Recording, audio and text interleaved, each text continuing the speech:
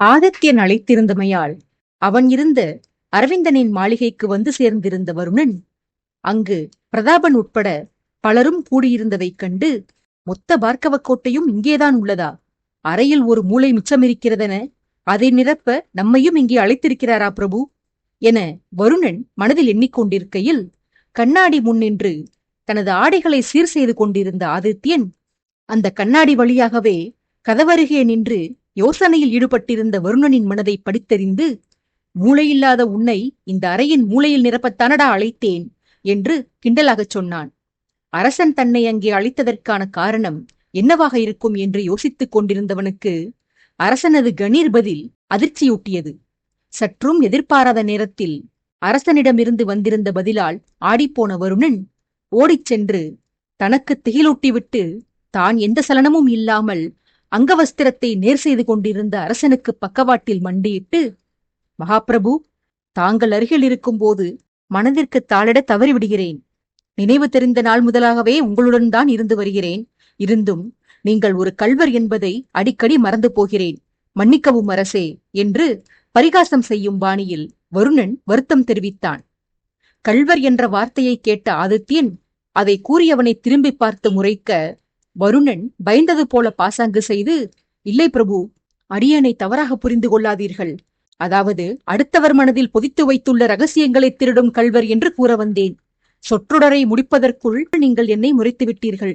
உங்கள் திறமைகளைப் பற்றி என்னை விட நன்கு அறிந்தவன் வேறு எவருமில்லை பிரபு. இருந்தும் நானே பல சமயங்களில் தவறளித்து விடுகிறேன். மூளையில்லாத இந்த மூடனை தாங்கள் அழைத்ததன் காரணம் என்னவோ எனக் கேட்டு தன் நடிப்பை தொடர்ந்தான். ஆதித்யன் அதட்டலாக, உன் நடிப்பை கைவிட்டு முதலில் தரையில் இருந்து எழடா. எல்லா அயோக்கியத்தனங்களும் செய்வது, பின்பு இடம் சூழ்நிலை பார்க்காமல் காலில் விழுவது, இதுவே உனக்கு வாடிக்கையாகிவிட்டது. உன் அட்டூழியங்கள் நாளுக்கு நாள் கூடிக்கொண்டே போகின்றன வருணா. இது நல்லதற்கில்லை. உன்னை பற்றி நிறைய புகார்கள் வருகின்றன. ஒரே நாளில் எத்தனை சேஷ்டைகளைத்தான் செய்வாய்? அடுத்த நாளைக்கு சிறிது மிச்சம் வையேனடா. புகார் அளிப்பவர்கள் உன்னை மட்டும் குறை கூறுவதில்லை. என்னால் தான் நீ கெட்டுப் போயிருப்பதாக என்னையும் சேர்த்தே வசைபாடுகிறார்கள். ஏதோ விஷமத்தனங்கள் செய்ய நான் தான் உனக்கு கற்றுக் கொடுத்தது போல. என்னை போன்ற பொறுப்பானவன் கூட உன்னை போன்ற விஷமியால் அவப்பெயர் பெற நேர்கிறதடா. உன்னை என்ன செய்து திருத்துவது? நீயே யோசனை சொல். உன்னை பெற்றவர் கண்டித்து நீ திருந்தவில்லை. உன்னை வளர்த்த நான் கண்டித்தும் நீ திருந்தவில்லை. ஒருவேளை உன் மகன் தடியை தூக்கி மிரட்டினால் நீ திருந்துவாயா? எப்போதுதான் எனக்கு நல்ல பெயர் பெற்றுக் கொடுப்பாய்? எப்போதுதான் என்னைப் போல பொறுப்புள்ளவனாக பண்புள்ளவனாக மாறுவாய் என்று வருணனை கடிந்து கொள்வது போல தற்புகழ்ச்சி செய்து கொண்டான் ஆதித்யன். அரசன் பேச பேச அவனது கூற்றை ஏற்றுக்கொள்ள முடியாதவனாக கண்களை மூடி முகத்தை சுருக்கி வெறுப்பாக தலையசைத்து வந்திருந்த வருணன் ஆதித்யன் கருத்தை முடித்த பின்பாக, என்னை எப்படி வேண்டுமானாலும் திட்டிக் கொள்ளுங்கள் பிரபு. என் குணாதிசயம் குறித்து விஷமி அதர்மி என எனக்கு என்ன பட்டம் வேண்டுமானாலும் சுட்டிக் கொள்ளுங்கள். தகாத வார்த்தைகளால் கூட வசைபாடுங்கள், எனக்கு கவலை இல்லை. ஆனால் தங்களை மட்டும் பொறுப்பானவர் என்றோ பண்புள்ளவர் என்றோ கூறிக்கொள்ளாதீர்கள். அதிலும் குறிப்பாக என்னிடம் கூறாதீர்கள். தங்கள் பொறுப்பையும் பண்பையும் அருகிலிருந்து கண்டவன் நான். உண்மையில் எனது இந்த நடத்தைக்கு காரணமே நீங்கள்தான். வாழ்வீச மட்டுமல்ல, விஷமத்தனங்கள் செய்வதிலும் நீங்கள்தான் என்னுடைய குரு. என்ன, செய்வதெல்லாம் செய்துவிட்டு முகத்தை விரைப்பாகவும் உடலை கம்பீரமாகவும் வைத்துக்கொண்டு தவறுக்கும் உங்களுக்கும் சம்பந்தமே இல்லாதது போல நாடகமாடுவதில் உங்களுக்கு தேர்ச்சி அதிகம். எனக்கோ நடிப்பு என்பது சூடு வைத்தாலும் வராது. உண்மையாக இருந்தே பழகிவிட்டேன். அதனால் நீங்கள் தப்பித்துக் கொள்கிறீர்கள், நான் மாட்டிக்கொள்கிறேன், அவ்வளவுதான் என்றான். அரசனால் தான் மிகவும் பாதிக்கப்பட்டவன் என்பது போல வருத்தமாக. சேவகர்கள் ஆபரணங்களை அரசனுக்கு சூட்டி வந்திருந்த தருணத்தில்தான் வருணனின் பரிகாச பேச்சை ஆதித்யன் செவிமடுத்து வந்திருந்தான். சிறியவன் தன்னை குறை சொல்ல கேட்ட அரசன் தனக்கு அலங்காரம் செய்து கொண்டிருந்த சேவகர்களை வெளியேறச் சொல்லிவிட்டு வருணனை நோக்கி, எனக்கு நீயே நகைகளை அணிவித்து சேவை செய்யடா. உன் கைக்கு வேலை இல்லாதபடியால் தான் வாய் அதிகமாக வேலை செய்கிறது. கை தொடர் வேலைகளில் ஈடுபட்டிருந்தால் வாய் மௌனம் காக்கும். என் கழுத்தணிகளை அணிவித்துவிட்டு என் கேசத்தை சீர்செய் என்று கட்டளையிட்டான். ஆணையிட்டவனை முதலில் வியந்து பார்த்த வருணன் அடுத்ததாக அந்த அறையில் சுவர் ஓரமாக கை கட்டு நின்றிருந்த அரவிந்தனை திரும்பி பார்த்தான். மறுபடியும் அரசனை பார்த்தான். மறுபடியும் அந்த வியப்பு மாறாமல் அரவிந்தனை பார்த்தான். இப்படியாக இருவரையும் மாறி மாறி பார்த்து கொண்டிருந்தான். இளையவனின் செய்கைக்கான காரணம் புரிந்திருந்தும் அவனிடமே விளக்கம் கேட்டான் அரசன். ஏனடா, என்னையும் அரவிந்தனையும் இன்றுதான் நீ முதன்முறையாக காண்கிறாயா? அல்லது அளவுக்கு அதிகமாக போஜனம் புசித்து உண்ட மயக்கத்தில் எங்களை யாரென்று இனம் காண முடியாமல் தடுமாறுகிறாயா? இந்த குழப்பம் உணவினால் வந்ததுதானா, இல்லை என்று கேட்டுக்கொண்டு போனான். அரசன் வார்த்தைகளை முடிக்கும் முன்பாக வருணன் குறுக்கிட்டு கையிரண்டையும் கூப்பி, தெய்வமே, நான் உத்தமன். நீங்கள் சந்தேகிப்பது போல நான் அருந்தக்கூடாத எதையும் அருந்தவில்லை. ஒரு குவளை மோர் மட்டுமே அருந்தினேன். அதிலும் பாதியை ராகவன் சுமந்திருந்த விறகின் மீது ஊற்றிவிட்டேன். மோர் பருகினால் போதையோ மயக்கமோ வரும் என்று நான் கேள்வியுற்றதில்லை. அவை இரண்டும் இப்போது எனக்கு வரவும் இல்லை. நான் உங்களை பார்த்ததற்கான காரணம் உங்களுக்கு நன்றாக தெரியும் என்பது எனக்கு நன்றாக தெரியும். திருமண மாப்பிள்ளை பள்ளிக்கு இடைஞ்சலாக சுவர் ஓரமாக நிற்கிறான். ஏற்கனவே 5 திருமணங்களை முடித்த தாங்கள் புது மாப்பிள்ளை போல அலங்காரம் செய்து கொண்டிருக்கிறீர்கள். அதை குறித்துதான் சிந்தித்தேன். ஒருவேளை உங்களுக்கும் நாளை திருமணம் நடக்கவிருக்கிறதா? நீங்கள் இருக்கும் இடத்தில் இன்னொருவன் கதாநாயகன் போல் நடுநாயகமாக அமரக்கூடாது என்பதால் நீங்களும் அடுத்த திருமணத்தை அரங்கேற்ற எண்ணுகிறீர்களோ என்று சிந்தித்தேன். அவ்வளவுதான் என்றான், அரசனுக்கு அணிகலன்களை சூட்டியபடியே கிண்டல் கலந்த குறுநகையோடு. வருணனின் நையாண்டி பேச்சை கேட்டு அறையில் இருந்த அனைவரும் சிரித்துவிட, தனது எள்ளல் பேச்சினால் எப்படியும் அரசனிடம் அடி கிடைக்கும் என்பதை உணர்ந்திருந்த வருணன் முன்னெச்சரிக்கையோடு அரசனுக்கு முன்புறமாக நிற்காமல் பின்னாலிருந்து நகைகளை அணிவித்தபடியே அரசனை சீண்டி வந்திருந்தான்.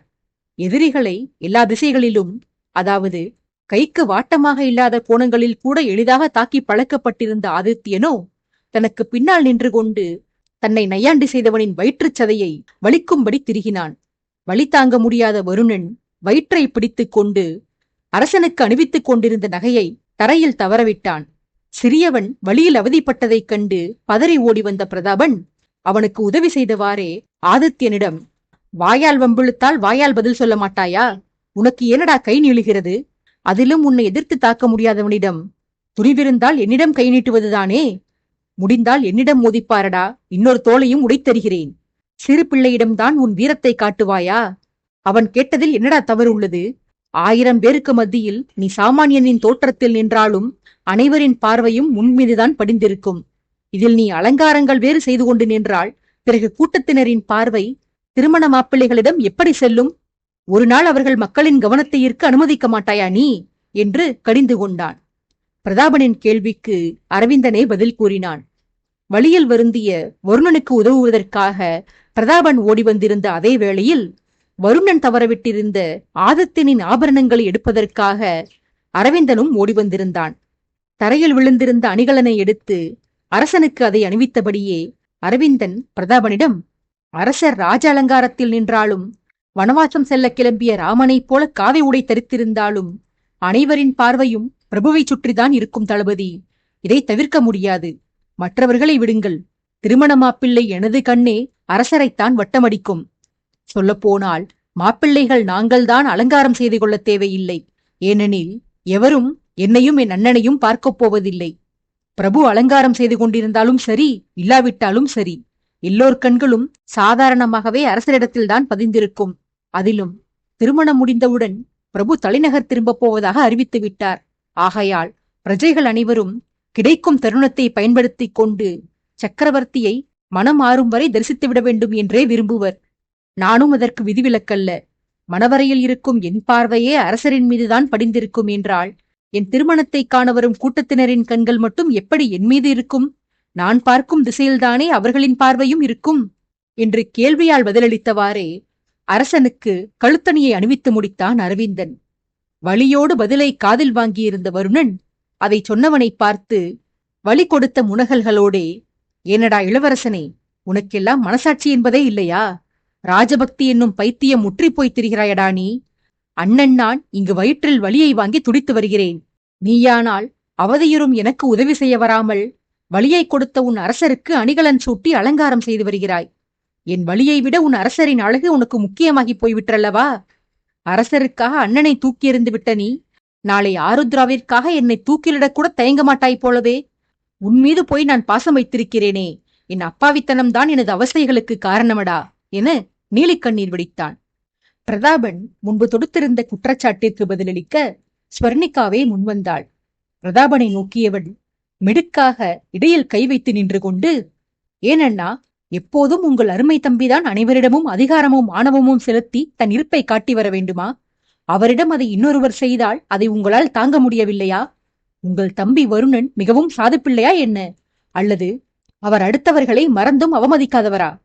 உங்கள் நண்பரை கண்டிப்பதை விடுத்து உங்கள் தம்பிக்கு புத்தி கூறி திருத்துங்கள் அண்ணா. எல்லோரிடமும் வாய்ப்பேசுவது, வம்பிழுப்பது, பிறகு பொதுவெளியில் பலர் முன்பு வாங்கி கட்டிக் கொள்வது, இதே வேலையாகத்தான் திரிகிறார் இவர். சுயமரியாதையை கெடுத்துக் கொள்ள வேண்டாம் என்று எத்தனையோ முறை நான் அறிவுறுத்தி பார்த்து விட்டேன். என் பேச்சை இவர் கேட்பதாயில்லை. வயதில் சிறியவர் என்பதனாலா, அல்லது பெண்தானே, இவள் சொல்லி வீரத் திருமகன் நாம் என்ன கேட்பது என்ற அகங்காரத்தினாலா? அதுவும் இல்லை. இவளுக்கு நம்மிடம் என்ன உரிமை இருக்கிறது? எவளோ ஒருத்தி இவளது அறிவுரையை நாம் ஏன் ஏற்க வேண்டும் என்ற அலட்சியத்தினாலா என்று தெரியவில்லை அண்ணா. என் அறிவுரைகளை உங்கள் தம்பி காதில் வாங்கிக் கொள்வதே இல்லை என்று பிரதாபனிடம் வருணனை குறை கூறினாள்.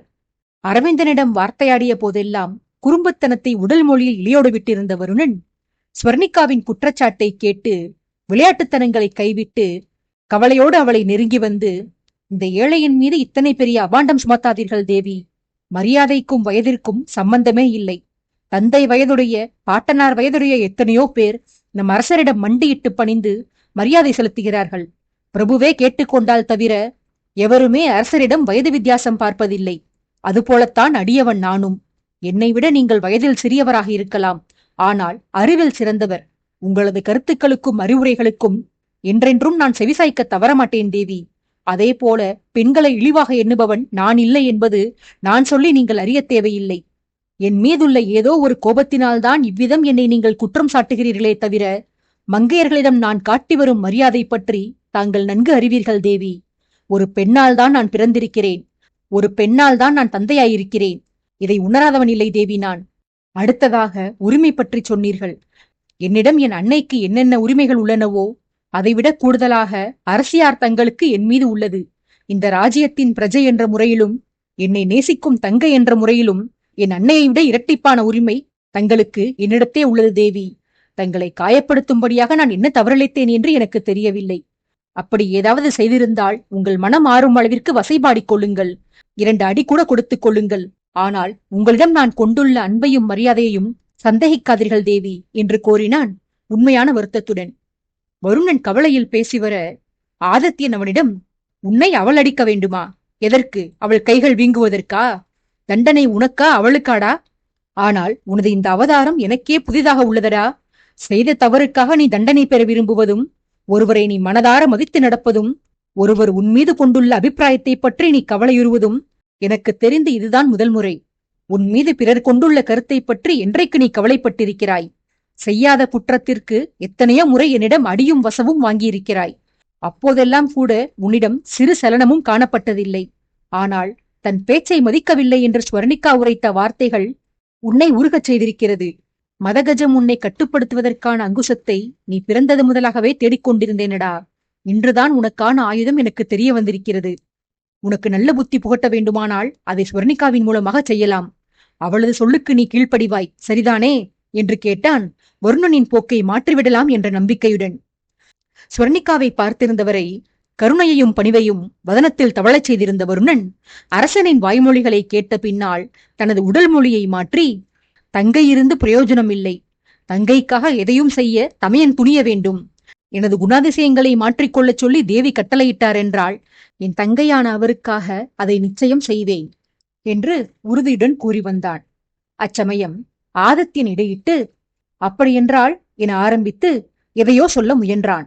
அரசன் கூற வந்த கருத்தை புரிந்து கொண்ட வருணன், தேவியாரின் மீது எனக்கு மிகுந்த நம்பிக்கை உள்ளது. அவர் என் நன்மையை மட்டுமே நாடுவார். அவர் ஆணை எதுவாக இருந்தாலும் அதை அலசி ஆராய்வதற்கு அவசியமே இல்லை. ஆணையை செயலாக்கம் செய்வதே எனது கடமையாக கொள்வேன். ஆனால் ஒன்றை தவிர, அதாவது என் சபதம் சம்பந்தப்பட்ட விவகாரத்தை தவிர, தங்களுடனான பகை குறித்த எனது பிரதிஜை நான் முன்பே செய்து கொண்டது. எனது லட்சியத்தில் நான் நெடுந்தூரம் கடந்துவிட்டேன். இப்போது அதில் மாற்றம் செய்வது இயலாத காரியம். ஆனால் இனிவரும் காலங்களில் நான் மேற்கொள்ளப் போகும் சபதங்களை தேவியின் அனுமதி பெற்ற பின்னரே வெளியிடுவேன், அது நிச்சயம். இவ்வாறாக சூளுரைப்பவன் போல அரசனிடம் சொல்லி மீண்டும் ஒருமுறை தனது பிரதிஜையை அரசனுக்கு நினைவூட்டினான் வருணன். முயற்சி தோற்றுப்போனதற்கு அடையாளமாக அரசன் ரக்தியில் தலையசைக்க ஸ்வர்ணிகாபுரமாக திரும்பிய வருணன், தயவு செய்து இந்த அடிமையிடம் தெரிவியுங்கள் தேவி, தங்கள் மனம் புண்படும்படியாக நான் செய்த குற்றம்தான் என்ன என்று கேட்டான் தவிப்போடு. ஸ்வர்ணிகா பதிலளித்தாள். ஆனால் அந்த பதிலை கேள்வியாகவே அளித்தாள். பலர் முன்பு நான் அவமானப்படுத்தப்பட்டால் உங்கள் மனநிலை எப்படி இருக்கும் தளபதி? சந்தோஷமாக இருக்குமா? கூறுங்கள் என்று கேட்டாள். அரசியின் கேள்வி வருணனுக்கு புரியவில்லை. பதிலை எதிர்பார்த்திருந்தால் மறுபடியும் கேள்வியே வருகிறதே என குழப்பத்தில் விழித்தவன் ஸ்வர்ணிகாவின் வார்த்தைகளை மனதில் அசை போட்டு பார்த்தான். அவமானம் குறித்து அவள் பேசியிருக்க வருணனுக்கு சினம் உண்டாகி, யார் தேவி தங்களை அவமானப்படுத்தியது? யாருக்கு அந்த துணிச்சல் உள்ளது? அந்த நபர் யார் என்று மட்டும் தெரிவியுங்கள், அவருக்கு பாடம் கற்பிக்கிறேன் என்றான் ஆவேசத்துடன். வருணன் கோபத்தில் உரும ஸ்வர்ணிகா அமைதியுடன், அந்த நபர் மீது எனக்கும் அதிக பாசம் உள்ளது, அவருக்கும் என் மீது பாசம் உள்ளது. நான் வேண்டுமென்றே வலிய சென்று பலரின் முன்னிலையில் அவரிடம் அவமானப்பட்டு வந்திருக்கிறேன். இப்படி ஒரு நிகழ்வு நிகழ்ந்திருந்தால் உங்களால் அதை குறித்து மகிழ முடியுமா என்று மறுபடியும் கேள்வி எழுப்பினாள். அரசியின் பதிலால் வருணன் முழுவதுமாக குழம்பி போனான். குழப்பத்துடன் கோபமும் ஒரு சேர அவனது பார்வை நேராக அரசனிடம்தான் சென்றது. ஆதித்தனிடம் சண்டை இழுப்பவன் போல அவனை நோக்கி, இது தவறு பிரபு, தேவி தங்கள் மனைவியாக இருக்கலாம், அவரிடம் தங்களுக்கு அனைத்து உரிமைகளும் இருக்கலாம். ஆனால் பலர் முன்னிலையில் அவரை அவமானப்படுத்துவது மிகப்பெரிய தவறு. மனஸ்தாபம் என்றால் அதை மாளிகையினுள் தனிமையில் பேசி தீர்த்து கொள்ளலாம். எதற்கு பொதுவெளியில் தேவியின் மரியாதைக்கு பங்கம் விளைவிக்கும்படி நடந்திருக்க வேண்டும் என்றெல்லாம் அரசனிடம் வாதம் செய்தான். ஆதித்யன் எரிச்சலுடன், முட்டாளே, எதற்கெடுத்தாலும் மருந்து கட்டிக்கொண்டு என்னிடம் சண்டைக்கு கிளம்பி வந்து விடுவாயா? யார் என்ன பேசுகிறார்கள், எதை குறித்து பேசுகிறார்கள் என்றெல்லாம் சிந்திக்க மாட்டாயா? ஸ்வர்ணிகா தான் அவமானப்பட்டதாக எப்போதடா சொன்னாள்? தான் அவமானப்பட்டால் உனக்கு சந்தோஷமாக இருக்குமா என்றுதான் கேட்டாள். கூடவே வாழ்ந்தவளின் குணநலனை கூட அறிந்து கொள்ளாத மடையண்ணி மனைவியை நடத்தும் பாங்கை பற்றி எனக்கு போதிக்கிறாயா? கொலைகளை செய்துவிட்டு மனைவி என்ற பெயரில் உன்னுடன் ஒரே வீட்டில் வாழ்ந்து வந்தால் ஒரு கொலைகாரி. தொட்டதற்கெல்லாம் சண்டை போட்டு பச்சை தண்ணீரை கூட உன்னை நிம்மதியாக அருந்த அனுமதிக்காமல் இருந்தாள் அவள். அவளுடன் நீயும் தானே தனிமையில் ஒரு மாளிகையில் வசித்து வந்தாய். அதுவும் எனக்காக நானே ஆசைப்பட்டு கட்டிக்கொண்ட உல்லாச மாளிகையில். அந்த கட்டிடத்தின் ஏதாவது ஒரு அறையில் இருந்தபடி நீயும் உன் காதல் மனைவியும் உங்கள் மனஸ்தாபங்களை பேசி தீர்த்திருக்க வேண்டியதுதானேடா. ஒரே வீட்டில் ஒன்றாக தங்கியிருந்தும் அவள் என்ன நோக்கத்துடன் வந்திருந்தாள் என்பதை அறியாதவன் நீ. மனைவியுடன் மனஸ்தாபத்தை தீர்த்து கொள்ளும் வழிமுறை பற்றி நீ எனக்கு உபன்யாசம் செய்கிறாய். எருமையே, அரைக்குறையாக கேட்டுவிட்டு என்னிடம் சண்டைக்கு பாயாமல் ஒழுங்காக ஸ்வர்ணிகா என்ன கூற வருகிறாள் என்பதை விளக்கமாக கேள் என்றான் கடுகடுப்புடன். ஆதித்யன் எடுத்துரைத்த பின்னரே வருணனுக்கு தான் அவசரப்பட்டு விட்டோம் என்று புரிந்தது. அவன் வேதனையுடனும் தோல்வியடைந்த பாவனையுடனும் ஸ்வர்ணிகாவை நோக்கி, தேவி, நான் உண்மையை ஒப்புக்கொள்கிறேன். பிரபு அடிக்கடி கூறுவதைப் போல நான் ஒரு மடையன்தான். உங்களை போன்ற அறிவாளிகள் நேரடியாக பேசினாலே என் அறிவுக்கு அது எட்டுவது கடினம். இதில் பொடி வைத்து பேசினால் துளியும் எனக்கு அது விளங்காத தேவி. யாருக்கு அவமானம் நேர்ந்தது? இம்முறை அரசர் என்னை மன்னித்து விட்டார். இன்னொரு முறை நான் வாய் கொடுத்து உடலை புண்ணாக்கிக் கொள்ளும் முன்பாக விஷயத்தை உடைத்து விடுங்கள் என்று வேண்டி நின்றான். ஸ்வர்ணிகா அர்த்தச்சிரிப்போடு கேட்டவனை நோக்கி, உங்கள் அறிவுக்கா தந்திர பேச்சுகள் விளங்காது? தந்திரம் செய்வதில் அந்த இந்திரனுக்கு அடுத்தபடியாக நீங்கள்தான் கெட்டிக்காரர் என்பதை நான் அறிவேன் தளபதி. இருந்தாலும் பரவாயில்லை, நேரடியாக விஷயத்திற்கு வருகிறேன். இழைத்த குற்றத்தை பற்றி கேட்டீர்கள் அல்லவா? நான் பலர் முன்பு அவமானப்பட்டால் உங்களால் அதை தாங்க முடியாது என்றால், நீங்கள் அப்படிப்படும் அவமானத்தை என்னால் மட்டும் எப்படி தாங்க முடியும்? என்னால் மட்டுமல்ல, இங்கிருக்கும் எவர் ஒருவராலும் உங்களுக்கு சற்று முன்பு நேர்ந்த அவமானத்தை சகித்துக் கொள்ள முடியவில்லை. இளவரசிக்கு அறிவுரைகள் மூலம் ராகவனின் குணநலனை புரிய வைக்காமல் அவரை பற்றி எதிர்மறையாக பேசி அவரை எள்ளி நகையாடி அகல்யா மனதிற்குள்ள அவரது காதலனை பற்றிய அன்பை நீங்கள் ஆழமாக விதைத்த திறமை பாராட்டுக்குரியதே. ஆனால் அதற்காக உங்களின் சுயமரியாதையை கெடுத்துக் கொண்ட செய்கைதான் உங்கள் மீது எங்களுக்கு கோபம் வரவழைத்திருக்கிறது. உங்கள் முயற்சிக்கு பின்னால் ஒரு உயரிய நோக்கம் இருந்தது உண்மைதான். ஆனால் அதற்காக உங்களையே நீங்கள் தாழ்த்திக் கொள்ள வேண்டும் என்பதில்லையே. நீங்கள் அவமானப்பட்டுதான் உங்கள் நண்பர் மணமாலை சுட்ட வேண்டுமா என்ன? நேர்ந்த சம்பவங்களையும் நீங்கள் பொதுவெளியில் வாங்கிய வசவுகளையும் நான் நேரில் கண்டுதான் வந்திருந்தேன். உங்கள் நாடகத்தை அப்போதே அம்பலப்படுத்தி உங்களை அவமானத்திலிருந்து காப்பாற்ற வேண்டும் என்றுதான் எண்ணினேன். ஆனால் உங்கள் முயற்சிகள் பலனடையாமல் போய்விடக்கூடாது என்பதனால் என்னை கட்டுப்படுத்திக் கொண்டு அங்கிருந்து கிளம்பிவிட்டேன். ஏன் தளபதி, உங்களை நீங்களே இப்படி தரந்தாழ்த்திக் கொள்கிறீர்கள்? வருத்தமாக உள்ளது எனக்கு என்று அங்கலாய்த்தாள். வருணன் நிம்மதியடைந்த முகபாவத்துடன், இவ்வளவுதானா தேவி? நான் கூட ஏதோ பெரிய அனர்த்தம் இழைத்து தங்கள் அதிருப்திக்கு ஆளாகிவிட்டேனோ என்று அஞ்சிப் போனேன். இளவரசி என்னை தமையனாக கருதியவர் தேவி. ஏதோ அவசரத்தில் அவர் ராகவனை நிராகரித்து விட்டார். ராகவனைத் தவிர தேவிக்கு நல்ல கணவன் வாய்க்க மாட்டான் என்பது அரசருக்கும் எனக்குமான அபிப்பிராயம். இளவரசியின் மனப்போக்கை நான் ஓரளவிற்கு புரிந்து வைத்திருக்கிறேன் தேவி. அவரிடம் சிறிது பிடிவாத குணம் உள்ளது. ராகவனைப் பற்றி நான் உயர்வாக பேசி அவருக்கு புரிய வைக்க முயன்றால் அவர் என்னிடம் எதிர்வாதம் செய்யக்கூடும். அதுவே அவனை நான் தரம் தாழ்த்தி பேசினால் ராகவன் மீது தேவி கொண்டுள்ள கனிவு காதலாக உருமாறும் என்று அனுமானித்தேன். என் யோசனை பொய்க்கவில்லை தேவி. எனக்கு எப்போதுமே தேவை என் முயற்சிகளில் வெற்றி மட்டுமே. பிறர் என்னை குறித்து யோசிக்கும் கருத்துக்கள் எல்லாம் எனக்கு பொருட்டே இல்லை தேவி. போற்றுவார் போற்றலும் பொழுதிவாரி தூற்றுவார் தூற்றலும் போகட்டும் பரமனுக்கே என்று இறைவனிடத்தில் விட்டுவிடுபவன் நான். இளவரசியிடம் வசவு வாங்கியதால் எனது மரியாதைக்கு பங்கமிழைந்தது என்றால் எதிர்காலத்தில் அரசருடனான சண்டையில் நான் காட்டப்போகும் தீரத்தைக் கண்டு மக்களிடம் எனக்கு மரியாதை பிறக்கும். ராகவன் முன்பு நான் மண்டியிட்டு அவனுக்கு சேவகம் புரிந்ததால் என் மதிப்பு போய்விட்டது என்று கருதினால் அரசருக்கும் அவரது மதிப்பு விரைவில் போகத்தான் செய்யும் தேவி. ஏனெனில் அவரும் விரைவில் ராகவனின் பாதத்தை பற்ற வேண்டியதிருக்கும். தங்கையின் திருமணத்தின் போது மைத்துனனின் பாதத்தை பிடித்து மெட்டி அணிய வேண்டியது மணப்பெண்ணின் சகோதரனுடைய கடமை அல்லவா? சக்கரவர்த்தியானாலும் தங்கையின் விவாகத்தில் கடைபிடிக்க வேண்டிய சம்பிரதாயங்களை நிறைவேற்றிதானே ஆக வேண்டும். ஆனானப்பட்ட அரசரே ஆண்டி போல் தெரியும் இந்த மனிதனின் பாதத்தை பிடிக்கவிருக்கும் போது அற்பன் நான் பிடித்தால் என்ன குறை வந்துவிடப் போகிறது தேவி? இளவரசியின் நல்வாழ்விற்காக நான் எதையும் செய்ய சித்தமாக இருக்கிறேன். தங்கையை வாழ வைக்கப் போகும் மைத்துனனின் பாதத்தை பிடிப்பது அண்ணன் எனக்கு அவமானம் ஒன்றுமில்லையே. இத்தனைக்கும் ராகவன் அரசருக்கு இளையவன், ஆனால் என்னை விட மூத்தவன். ஆதலால் அவன் பாதத்தை நான் தொட்டதால் என் கௌரவம் சீர்கிட்டு விடவில்லை தேவி. அவன் மூத்தவன் மட்டுமில்லை, மகா உத்தமனும் கூட. இந்த சிறு வயதிலேயே மிகுந்த முதிர்ச்சியுடனும் பொறுப்புணர்வுடனும் நடந்து கொள்பவன் அவன். தாய்நாட்டை எதிரிகளிடமிருந்து மீட்டெடுத்து விட வேண்டும் என்று நெஞ்சுறுதி கொண்ட பற்றாளன். அவனுக்கு சுயமாக விருப்பு வெறுப்புகள் கிடையாது தேவி. தான் இருக்கும் நாட்டிற்கு தன்னை நம்பிய மாந்தர்களுக்கு நேர்மையாகவும் உளச்சான்றோடும் நடந்து கொள்பவன். மனசாட்சிக்கு கட்டுப்பட்டவன், பேராசை இல்லாதவன். கிடைப்பது பொக்கிஷமே ஆனாலும் தான் அதற்கு தகுதியில்லை என்று கருதினால் கிடைக்கும் அதிர்ஷ்டத்தை விட்டு தானாக விலகிச் செல்பவன். உண்ணும் உணவிற்கும் அதை வழங்கியவர்களுக்கும் உண்மையாக விளங்குபவன். இவனை போன்ற ஒரு ஆடவன் இளவரசிக்கு கணவனாக வாய்த்தால் அது அவருக்கு பேரதிர்ஷ்டம் தேவி.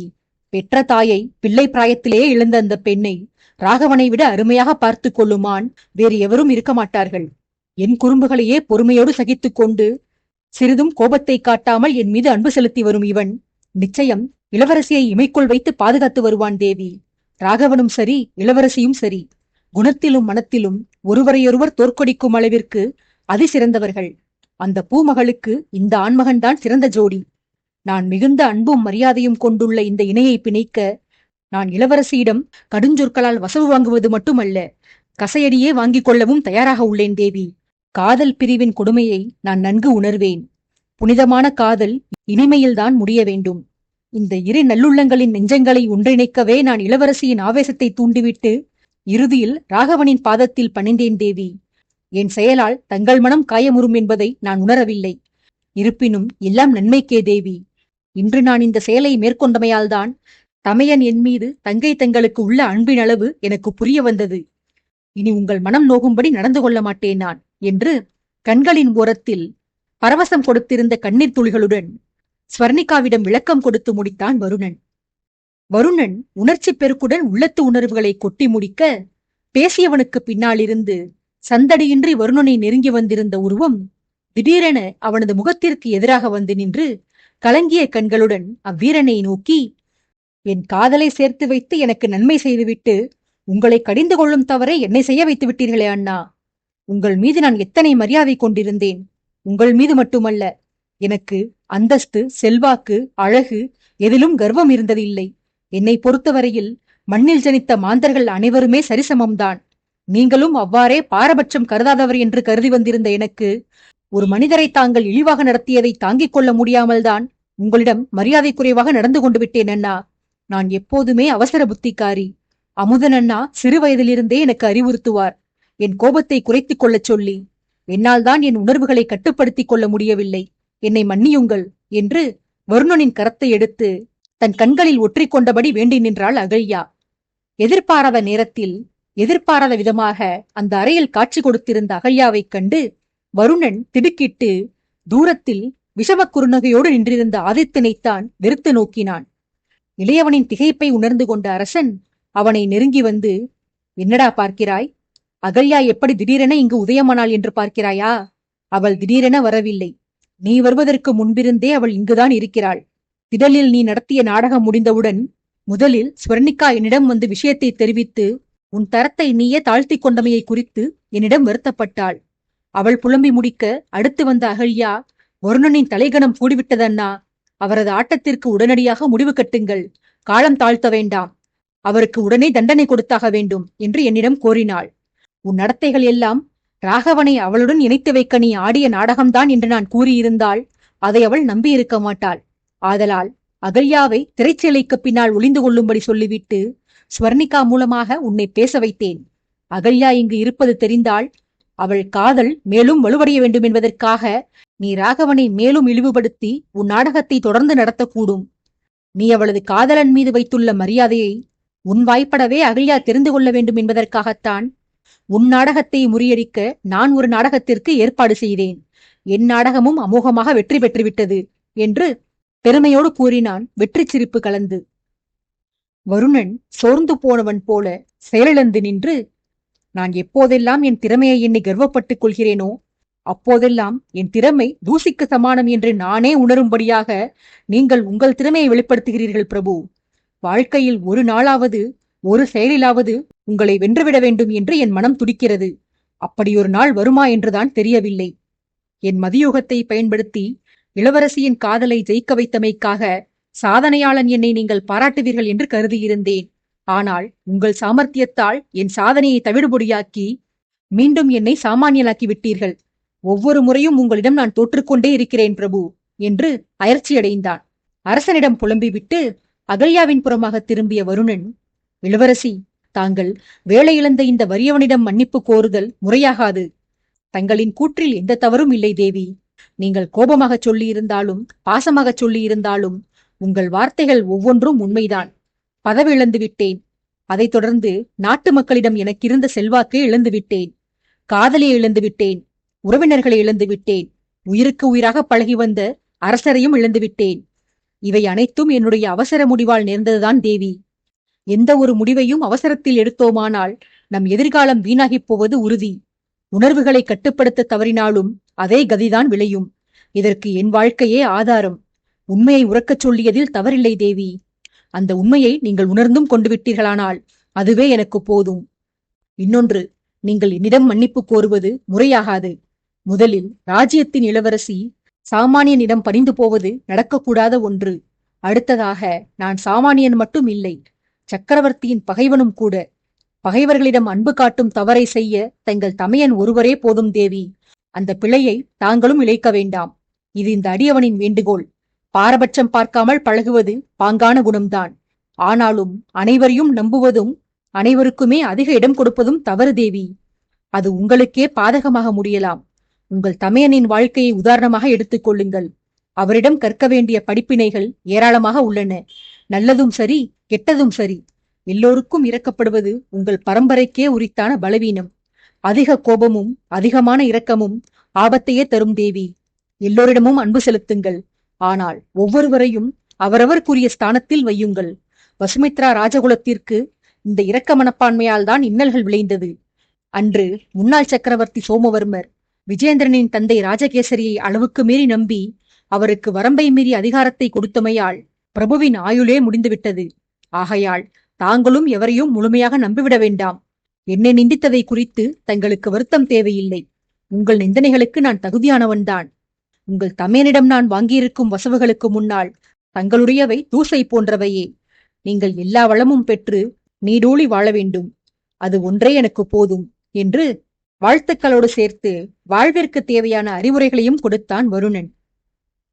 உரையாடல்கள் இவ்வாறு ஓடிக்கொண்டிருக்க மாப்பிள்ளை அழைப்பிற்கான ஏற்பாடுகள் முடிந்துவிட்டதாக மன்னர் நந்தர் அனுப்பியிருந்த செய்தியை அரசனிடம் வந்து சேவகன் ஒருவன் தெரிவிக்க, அரவிந்தன் உட்பட அறையில் இருந்த அனைவரையும் முன்னால் செல்லச் சொல்லி அரசன் உத்தரவிட்டான். கூட்டத்தோடு கூட்டமாக வருணனும் சேர்ந்து வெளியேற முற்பட ஆதித்யன் அவனை அழைத்து, வருணா, நீ எங்கேயடா செல்கிறாய்? உன்னிடம் எனக்கு வேலை இருக்கிறது, இங்கேயே இரு என சென்றவனை நிறுத்தினான். வருணனும் அரசனை நெருங்கி வந்தான். எல்லோரும் அறையிலிருந்து வெளியேறிவிட கற்பாறையை நெஞ்சில் அழுத்தினார் போல் மனபாரத்தோடு கதவோரமாக தலை கவிழ்ந்து நின்றிருந்த ராகவனை கண்டான் அரசன். கண்டவனுக்கு அப்போதுதான் தனது மறதி நினைவுக்கு வந்தது. தான் சொல்ல மறந்த செய்தியை தெரிவிப்பதற்காக ராகவனை அருகில் அழைத்தான். அரசன் அழைக்க பின்னவனுக்கு பயத்தில் இதய துடிப்பு இடியை விட பலத்த ஓசை எழுப்பியது. கூட்டத்தோடு சேர்ந்து வெளியே செல்லவும் மனமில்லாமல், அரசனிடம் செல்ல தைரியமும் இல்லாமல், பயத்தில் நகர மறுத்த கால்களை மிகுந்த பிரயத்தனத்தோடு இழுத்து வந்தான் அவன். இளையவனின் பயத்தை போக்கும்படியாக வந்தவனின் தோள்களை ஆதரவாக பற்றிய அரசன், மிக்க மகிழ்ச்சி ராகவா, என் தங்கையை மணந்து கொள்ளும்படி அன்று உன்னை நேர்மையுடன் வற்புறுத்தி கேட்டேன். அதற்கு நீ செவிசாய்க்கவில்லை. ஆனால் இன்று வருணனின் தந்திரத்தால் அவள் காதலை நீ ஏற்றுக்கொண்டாய். நேர்மை தோற்றது, சூது வென்றுவிட்டது. எப்படியோ என் தங்கைக்கு அவள் மனதுக்கு பிடித்தவனே மணாளனாக வாய்க்கப் போகிறான். அதுவே போதும் எனக்கு. வாழ்த்துக்கள் ராகவா. எனக்கு கிடைத்திருக்கும் தகவல்களின்படி என் தாய் இன்னும் சிறிது காலத்தில் இங்கு வந்து விடுவார். தாயின் அரவணைப்பில்லாமல் வளர்ந்தவள் அகல்யா. இரு தாய்மார்களின் ஆசைகளோடு அவளது மனவாழ்வு துவங்க வேண்டும் என்று நான் ஆசைப்படுகிறேன். என் தாய் நாடு திரும்பியவுடன் உங்கள் திருமணம் நடைபெறும். உன் தாயாருக்கு செய்தி அனுப்பி அவரை புறப்பட்டு வரச் சொல். உன் நாட்டு இளவரசனும் உன் அன்பு நண்பனுமாகிய அனந்தனையும் வரச் சொல். அவர்கள் மட்டுமல்ல, உன் சார்பாக உனக்கு வேண்டியவர்கள் எல்லோரையும் திருமணத்திற்கு வரச் சொல்லி அழைப்பு விடுத்துவிடு என்று துரிதகதியில் தெரிவித்துக் கொண்டு போனான். ராகவன் முன்பிருந்தே ஏதோ ஒரு செய்தியை சொல்ல முற்பட அரசன் இளையவனை பேச அனுமதிக்கவில்லை. தனது கருத்துக்களையெல்லாம் கூறி முடித்த ஆதித்யன் ராகவன் பேச வருவதை பொருட்படுத்தாது, சரி கிளம்பு ராகவா. என் தங்கை உன் விரலில் மோதிரம் அணிவித்து திருமணத்தை உறுதி செய்து கொண்ட விவகாரம் இந்நேரம் கோட்டை முழுவதற்கும் சென்று சேர்ந்திருக்கும். இத்தனை நாட்களும் உன்னை ஏவல் பணி செய்தே பார்த்து வந்தவர்கள் இளவரசியின் காதலனாக உன்னை பார்க்க காத்திருப்பர். ஆகையால் விரைந்து சென்று ஆடை அணிகலன்களை உடுத்திக் கொண்டு வைபவத்திற்கு கிளம்பி வா என அவசரப்படுத்தினான். ராகவனோ இடத்தை விட்டு சிறிதும் அசையாமல், பிரபு, நான் தங்களிடம் சிறிது உரையாட வேண்டும். அதை இப்போதே தெரிவித்து விடுகிறேன் என்று அச்சத்தில் வார்த்தைகளை சிரமப்பட்டு உதிர்த்தான். ஆதித்யன் எரிச்சலாக, என்னடா, என் கட்டளையே ஏற்க மறுக்கிறாய்? சென்று வைபவத்திற்கு தயாராகி வரச் சொன்னால் என் ஆணையை உடனே நிறைவேற்றாமல் என்னிடமே வாதம் செய்து கொண்டு நிற்கிறாய். இளவரசியை மணக்கப் போகும் துணிச்சலா?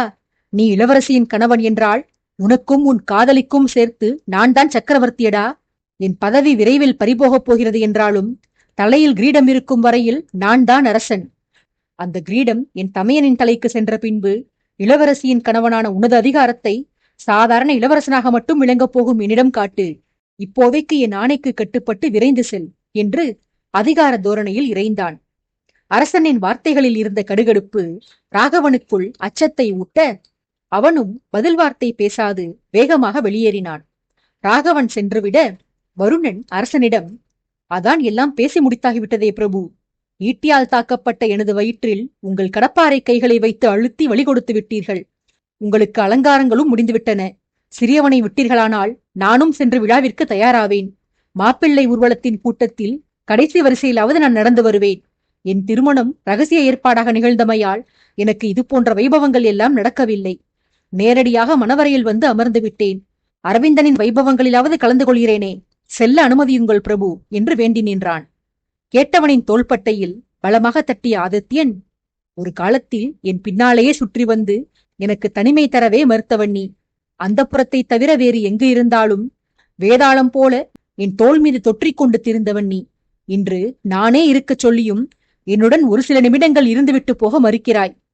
காலம் உன்னை எப்படி மாற்றிவிட்டது பார் வருணா. உனது இந்த மாற்றத்தை நான் பல காலமாக எதிர்பார்த்திருந்தேன். நான் ஆசைப்பட்டது கிடைத்துவிட்டது. ஆனால் கிடைத்த இதனை என்னால் தான் ஏற்றுக்கொள்ள முடியவில்லை. நீ விலகி இருப்பது வருத்தமளிக்கிறதடா. நீ என்னிடமே திரும்பி வந்துவிடு. சபதம், பகை என அனைத்தையும் மறந்து விடுவோம். நீ படும் அவமானங்களை என்னால் சகித்துக் கொள்ள முடியவில்லை வருணா. உன்னை திட்டவோ அடிக்கவோ எனக்கு மட்டுமே உரிமை உண்டு. அனைவரையும் இழந்து நீ அனாதையாகிவிட்டதாக அகல்யா உன்னை குறித்து பேசியதை கேட்டு என் நெஞ்சம் வலிக்கிறதடா. உனக்கு ஏன் இந்த நிலைமை? நான் இருக்கும்போது நீ எப்படி அனாதையாவாய்? அகல்யா உன்னை நிந்தித்ததை, காவலர்களும் ஏவலர்களும் கூடி நின்று வேடிக்கை பார்த்ததை ஸ்வர்ணிகா வருத்தத்துடன் என்னிடம் தெரிவித்தாள்.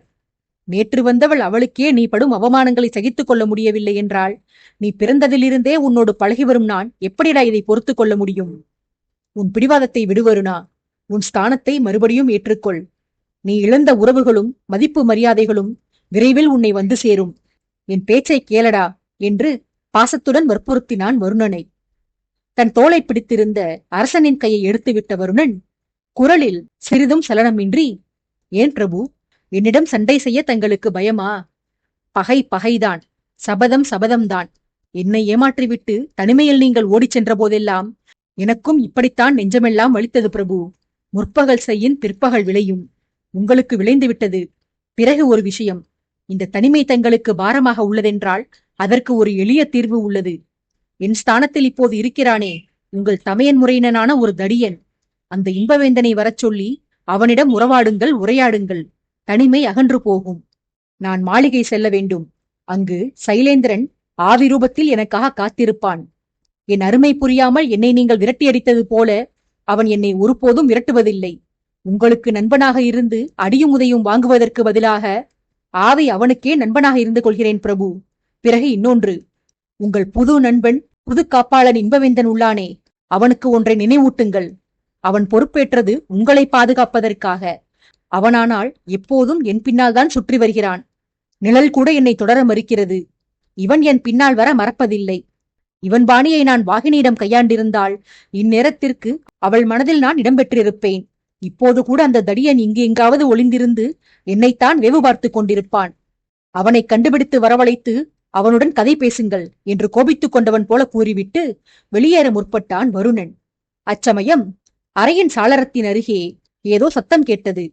வருணன் உரைத்தது போல உண்மையிலேயே வேந்தன் அங்கு மறைந்திருந்தபடி அரசனுடன் தனிமையில் இருந்த வருணனை கண்காணித்துதான் வந்திருந்தான். வருணன் வெளியேற முற்பட வேந்தன் வேக வேகமாக பதுங்கியிருந்த இடத்திலிருந்து அகன்று சென்றான். அறைக்கு வெளியே கேட்ட அரவத்தை செவிமடுத்த ஆதித்யன் வருணனின் கூற்றில் இருந்த உண்மையை உணர்ந்து கொண்டு புன்சிரிப்பு பூத்தான். தான் கூறியது நடந்தாகிவிட்டது என்ற பெருமையோடு அரசனை திரும்பி பார்த்த வருணனை தன் அருகில் வரச் செய்த ஆதித்யன், சரி, என்னுடன் இருக்க விருப்பமில்லை என்றால் நீ கிளம்பிச் செல். நான் உன்னை தடுக்கவில்லை. ஆனால் நான் உன்னை இருக்கச் செய்தது உன்னுடன் அளவலாவுவதற்கு அல்ல, என் கவலையை பகிர்ந்து கொள்ளத்தான்.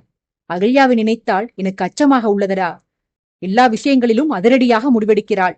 அவளிடம் பொறுமை நிதானம் என்பதே இல்லை. யோசித்து செயலாற்ற மறுக்கிறாள். கண்களால் காண்பதையும் காதால் கேட்பதையும் கொண்டே முடிவை தீர்மானித்து விடுகிறாள்.